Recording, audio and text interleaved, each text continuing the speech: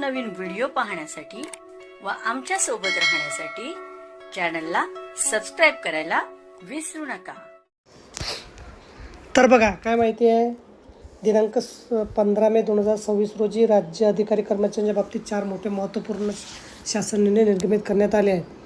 पहिला, इतर मागास बहुजन कल्याण विभाग राज्यातील विजाभज प्रवर्गाच्या सर्व आश्रमशाळांची संच मान्यता करण्याबाबत सुधारित मार्गदर्शक सूचना निर्गमित करण्यात आल्या आहेत।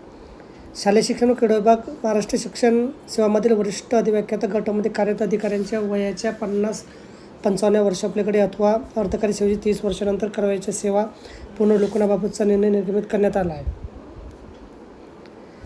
निवड सूची वर्ष 2025 मध्ये उपजिल्हाधिकारी संवर्गातील पात्र अधिकाऱ्यांना अप्पर जिल्हाधिकारी संवर्गातील नियमित पदोन्नती कोट्यातील रिक्त पदावर निवडत्या तात्पुरत्या स्वरूपात पदोन्नती पदस्थापना देण्यास मंजूर देण्यात आली आहे। राज्य प्रशिक्षण धोरण अंतर्गत सन 2026 मधील प्रशिक्षण कक्ष अधिकारी गट यांचे पदोन्नतीचे नंतरचे प्रशिक्षण नामनिर्देशित कक्ष अधिकाऱ्यांच्या प्रशिक्षणातून नाव वगळण्याबाबत निर्णय निर्गमित करण्यात आलेला आहे। तर बघा, अशा प्रकारे अत्यंत महत्त्वाची माहिती आपल्याला समजली असेल। व्हिडिओ सुद्धा आवडल्यास लाईक करा, शेअर करायला विसरू नका। धन्यवाद।